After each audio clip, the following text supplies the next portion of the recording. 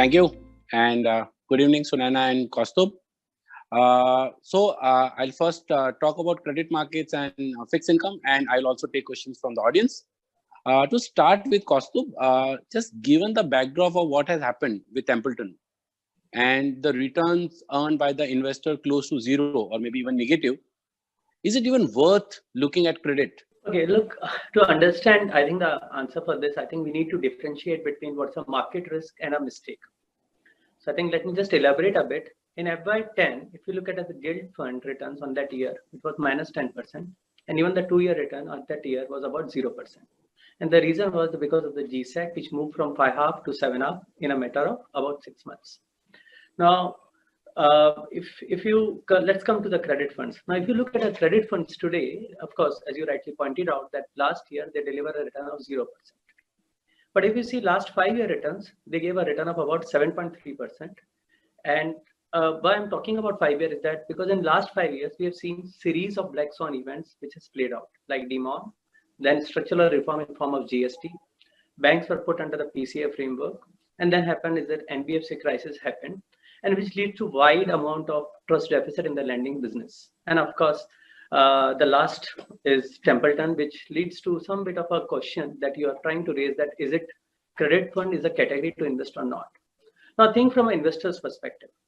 What we have seen is that at any point of time, if you do a rolling return for 3 years, even in the credit fund like us, the return has never been below 5% for any investors who have stayed with us for at least 3 years.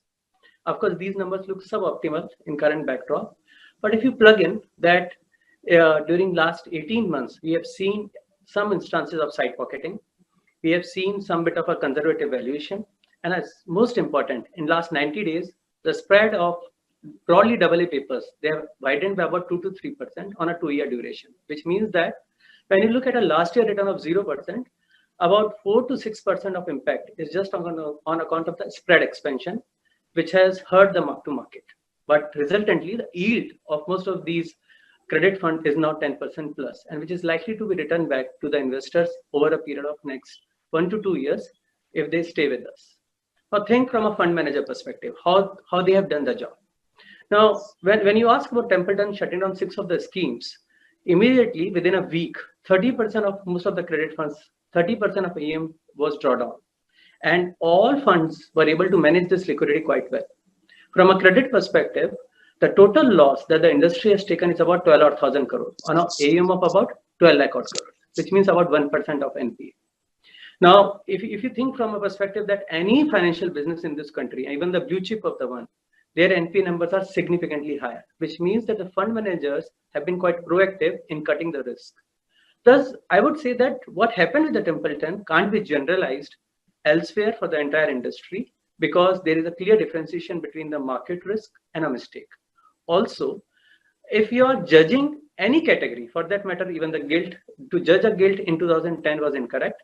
Similarly, to judge a category when it is cyclical low is unfair to pass a judgment. So, okay, Kaustubh, but no, there will be a lot of learning also from whatever happened. So maybe I switch on to Sunaina. So Sunaina, so what are your learnings over last 18 months, right? So when Templeton delivered a negative return or the scheme went for a shutdown, there will be some learning for you, and there might be some changes which you guys might have thought of, right, as a part of the process, how to really want to change it. So let me tell you, see, the last 18 months, as you know, has been extremely tumultuous in, credit markets. And as a result, we've seen a series of events that have actually happened in the credit markets. I think one of the primary learnings that all fund managers would have had, and, including us at Birla, is that of concentration. You have to be very careful at the time of building up the portfolio. What do I mean by that? I mean, for example, let's say flashback 2 or 3 years ago, if somebody had taken, say, 3% of its portfolio in one particular security in a fund, considering the credit fund has seen such a sharp decline, funds have, become almost a quarter to a third of their size, which they were, say, 2 or 3 years ago. That 3% today is looking more like 10%. So, I think the fundamental learning that a lot of people would have is, of course, you always diversify your portfolio, but maybe proactively, instead of taking 3%, which optically and, regularly sounds like a decent number, you already pre-plan for a situation like this where you have sharp drawdowns in AUMs. And then automatically at inception only, you take 1 to 2% of your AUM in a particular security. So I think first big learning would be, say, concentration. What have we done at Birla? We have built binding constraints for each one of our portfolios. These have, security-wise,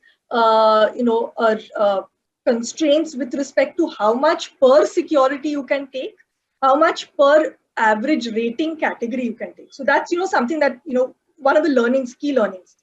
Second is in terms of liquidity. I think liquidity management and more importantly, asset liability management is extremely important because as in open-ended funds, in effect, we're actually managing what could technically actually be a couple of days worth of money or 1 day worth of money. So you need to ensure that your ALM is actually managed very well and you maintain a lot of liquidity in your portfolios. So as a result, you need to match your product properly. So, you'd be very wary of taking something like, for example, say a perpetual bond in an ultra short-term fund. So that's something that you'd look at. And additionally, you'll always run a fair amount of liquidity, even in, say, a credit fund. So your credit fund, you'll always be, looking very carefully to ensure that only there is some amount of core liquidity, but there's a lot of liquidity to manage these drawdowns. But how you manage liquidity in drawdown? Like this market completely goes illiquid, right? There's nothing to sell. You just can't sell even a AA paper. So let me give you the example of medium-term plan. Okay, from peak till date, we've lost 85% of AUM. That's a very, very sharp fall over the last 18 months to 2 years. But even today, after the very sharp drawdown that we've seen, including in the recent past of the last couple of weeks after the Templeton event, we're still sitting on 50% of sovereign and AAA kind of papers. So the thing is, the fund managers have to be very adept and agile. That when you have a redemption, you meet that redemption through a combination of sale of liquid and illiquid papers, and that's exactly what we've done even in the last 3 weeks. So markets, of course, as you've known and as Kaustubh was trying to explain, are dislocated in the last couple of weeks. And even in the medium-term plan, which has seen, from the day after Templeton shut down, say 6 funds, till a week thereafter, 10 days thereafter, it lost about 35-40% of AUM, just like all the other credit funds in industry. But still, today, you're sitting on, 50% of AAA and sovereign. So, you always have to be careful when you are meeting redemptions. And please note, we've done this without, ever borrowing in this fund. Sounds good. Yeah, perfect. One last, learning, which I think, it's a learning for us, but I think there's a bit of a, dichotomy in market, which is basically that, structures versus plain vanilla paper. And I think the whole market seems to be moving more towards, let's go and invest in pure plain vanilla paper. But, our experience has been that, a well-structured, good paper where there is, a very well-defined cash flow structure may probably hold you in better stead than a plain vanilla. Classic example is Jharkhand Roads versus, say, an IL&FS. Because of the whole group issue, we went under moratorium even for Jharkhand Roads, which is an SPV, but a state annuity.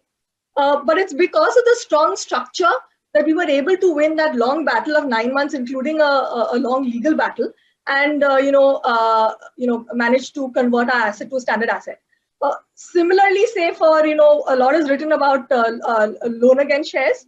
But, if for, a loan against shares initial paper, which had a decent cover, industry has seen a minimum of 95 and above kind of recovery versus, say, a plain vanilla AAA, AA plus kind of, let's say, an NBFC paper, where recoveries are being spoken about as, 25-30%. Okay. Thanks, Sunaina. But my question still remains. Kaustubh, why do you even really invest in credit risk fund, right? What are you really looking for? Why do you really look for that fund? So many risks, all those things. So, what is there? But the point is that not running risk itself is a big risk. Let me talk in terms of number to make you realize what I'm trying to say. Today, when there is a risk, so much of risk averse, each fund house is coming out and they are putting on their website that how much AAA and SLR papers they are running in their portfolio as a fixed income category. And these numbers are broadly about 95% for the industry, at least for all large fund houses, when they are saying that 95% of their AUM is invested in AAA papers. Now, if you go back and look the old portfolios, in 2018, this number was about 60%, which means that over the last 2 years, fixed income as a category, the fund managers, they have migrated about 25% of their investment from a AA as a category to AAA as a category. Now, on an average, the spread between AAA and a AA paper is about 2% 2 to 3% is general spread. Even we assume that 20% is the migration. Okay, so on a 12 lakh odd crore industry, 20% is 2.5 lakh odd crores. And on that 2%, if you're losing, which means that per annum, we are losing 5,000 crore of additional interest that we could have gained per annum. If you compounded it, then the number is even higher. So effectively, the total loss that the industry, or I will say the potential loss that the industry has incurred is about anywhere between 10 to 11,000 crore over the last 2 years. So the point that I'm trying to say is that till the time the fund management team can ensure that both the probability of default and loss given default are less, I think this category deserves its due credit. Further, I think with the fiasco with the Templeton has gone through and the learning that Sunena just highlighted, it looks like these events generally make the industry resilient, investors much more aware. And so the probability of default and loss given default incrementally, I would say, will be even lesser. Despite that in last 2 years, fund managers has done a very reasonable job as far as cutting down the risk is concerned. So there is a risk return trade-off, and if we are moving as an industry from AA or AA plus paper to AAA, there is a reasonable amount of sacrifice in terms of return, which has been done at our end. So over a period, because of compounding, I think this turned out to be a big number. Okay, so Sunena, we heard Kaustubh saying, okay, you learned that 2% or 3% extra, but I think everybody's confidence is completely shaken, right? You just don't believe in credit. How do you really see, how you can build this confidence again, right? There has to be something to be done, right? With current things, what we are talking about, it will be really tough to build that confidence again. So firstly, I think, the Templeton event was a unique event, and I don't think we should, paint the rest of credit industry with what happened in that particular fund house with those 6 schemes. Simply because we've seen before us that after the Templeton event, the entire industry lost a lot of AUM and was still successfully able to manage it. So whole industry within a matter of a week, 10 days saw 30, 35, 40% kind of drawdowns in AUM in credit risk fund and still has ably managed it. So, first thing I would say, don't paint the whole industry with the same brush. Secondly, you need to look at the risk management and the agility that fund managers have shown in risk management, even in the credit risk funds. Let's look at, the way fund managers have so actively cut down exposures in, what are considered risk assets like real estate, like promoter funding, about a 19% exposure. And even within that, you're actually seeing that, the quality of the NBFCs taken have actually moved to the, the more AAA, AA plus kind of NBFCs. So what I'm trying to say is that, look at the agility with which fund managers have cut risk, and then look at the way the other financial intermediaries such as banks and NBFCs have faced. I think in one of the earlier questions, Kaustubh was talking about the fact that industry over the last 2 years has seen about 12,000 crore of overall fall to say non-investment grade papers, and that's about 1% of the total fixed income AUM that industry manages. If you look at what happens in say a bank, banks have written off over the last 5-6 years about 7 lakh crore. They're currently sitting on about 9 lakh crore of NPAs. That's about 14-15% of a credit loss. A similar number for NBFCs would be, even some of the best NBFCs, 6 to 8%. So what I'm trying to say is that while we look at it, with the hindsight and the experience of the last 18 months or 2 years, you actually have to look at it from a slightly broader perspective and realize that fund managers, at least we at Birla, do not follow a relationship banking concept. The moment any but that's okay, but we are not banks, right? We are actually a fund house, right? It can't be compared to a bank in terms of the credit, in terms of the rates, right? Which is why then I will speak on what is, what would be considered very important from an investment perspective, and that's your experience. And what has actually been the experience, of people who have come in credit funds, and I'll talk about our 2 credit funds, let's say Credit Risk Fund and Medium Term Plan. Both these funds together at peak were about 21,500 crore. And till say about November 2019, we would have, I think about 13,500 crore of AUM would have left us. Now, what experience have those guys actually got who left us? They would have been between 5 to 7%, assuming that these guys have come in or left us immediately after their 3 years got over. So, that's the kind of experience they saw despite such a large, credit events in the market. Now look at, the 4,500-5,000 crore that is left with us today. How will that experience build? Now, if they have patience, as Kaustubh was said earlier, spreads have really blown out. Yield curves have got dislocated.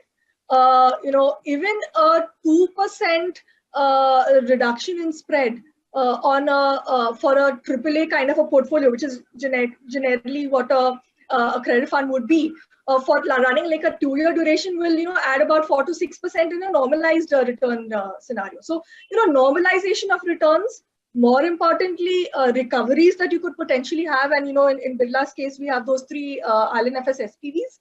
That could, for an investor who remains with us, and waits it out with a little bit more patience, that could add to the experience that you get. Now so you'll continue with the same investment, or there will be something which you will not touch now, right? There will be some sectors or something which you don't want to touch, or is it just going to be the way we manage so far? No, so I think from a company perspective, we will avoid those companies that are very levered. We've always avoided financially levered companies, but I think in this environment, you also have to look at those which are operationally levered, because now the lines are quite blurred between financial and operational leverage. As far as what we'll actually avoid, group analysis has always been very important for us. But, we would have taken exposure maybe to a very strong company in a not so strong group. That is something I think, which we will avoid now. Case in point would be something like a Jharkhand Roads. But most importantly, if you're asking what kind of sectors maybe that, we'd kind of avoid, consumer discretionary, travel, tourism, entertainment, malls, in the backdrop of, the lockdown and what's actually happening, I think these sectors will take a long time to actually recover. So we will, maybe avoid them for a while. We'll be wary about real estate. But, I think with manufacturing activity set to pick up, that will probably be something that, we look to add risk in. And most importantly, we continue to look for, sectors which are non-cyclical, where there is, cash flow that is adequately thrown up. And we look to see that, that cushion or that margin of safety is much higher than what we would generally have looked at given the current environment. Okay, so I'll take some questions from the audience, and I'm getting those online. So I think it's maybe a good time to take few of them first before we, I ask what I really want to ask. So the first one is from Mr. Mathivanan. So he says that in current scenario, is it even worth a good idea to have a high credit rated, which is AAA rated FMP as a good investment? So will you guys suggest a FMP, a 3-year FMP? Yeah, so as far as AAA FMPs are concerned, I think because the AAA yields continue, in terms of the real yield, they continue to be quite elevated. We expect that these yields to come up. So as such, they are good place. But the point is, Bharat, on and off, I have been very vocal about it, that as a fund house, we have been always much more advocacy of open-ended funds rather than close-ended funds. Our sense is that So active funds, which is like corporate bond funds and banking PSU funds, which are also 100% AAA funds, they have always delivered better returns than a 3-year close-ended products. So even in these times, because markets okay. are moving pretty fast and macros are changing very actively, I think if someone is looking for a 100% AAA allocation, still these funds, they make much more sense than investing in a close-ended funds.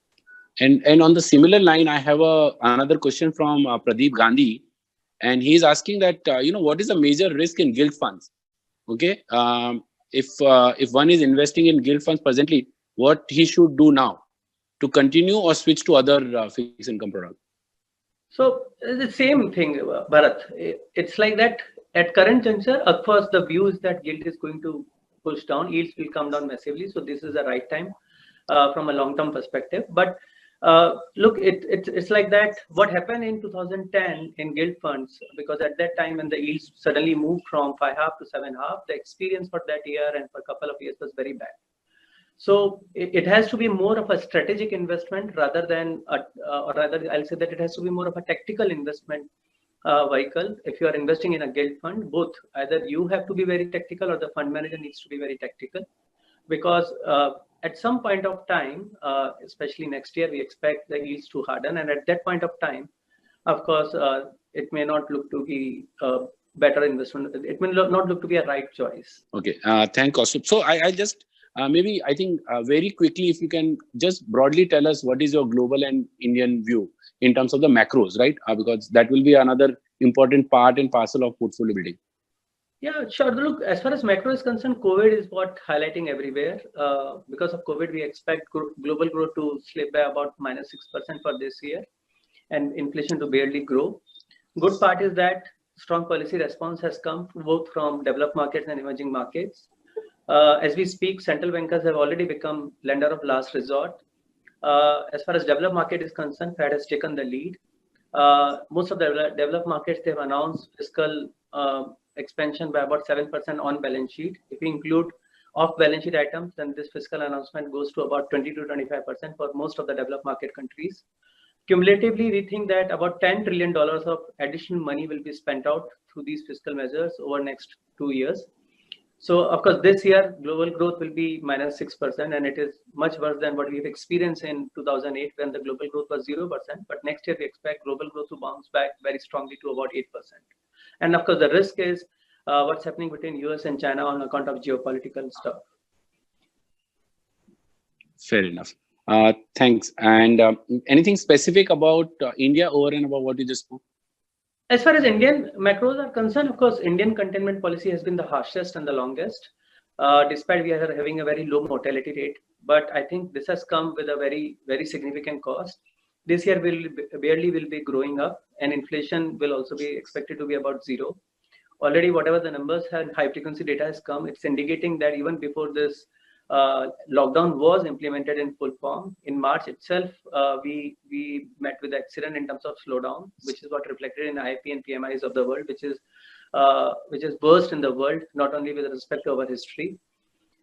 Here, monetary policy has responded aggressively, but we think that they are not done yet. More measures are likely to be announced, especially in the run-up to the policy. We think that the operative rates will be brought down further from wherever they are. We expect it to be about 3% or lower. Liquidity, as far as concerned, currently the system is parking daily about 7.5 lakh odd crores. We expect this number to remain here or may increase further, at least for next 1 year. As far as fiscal is concerned, of course, up till now, whatever announcement has come, I think they are more or less they are underwhelmed the market expectations. Maybe because we are having an emerging market constraint on ourselves, and they are mostly focused on financial stability as of now. But I think over a period of next 1 year, as growth numbers come up, even the policymakers on that front will respond.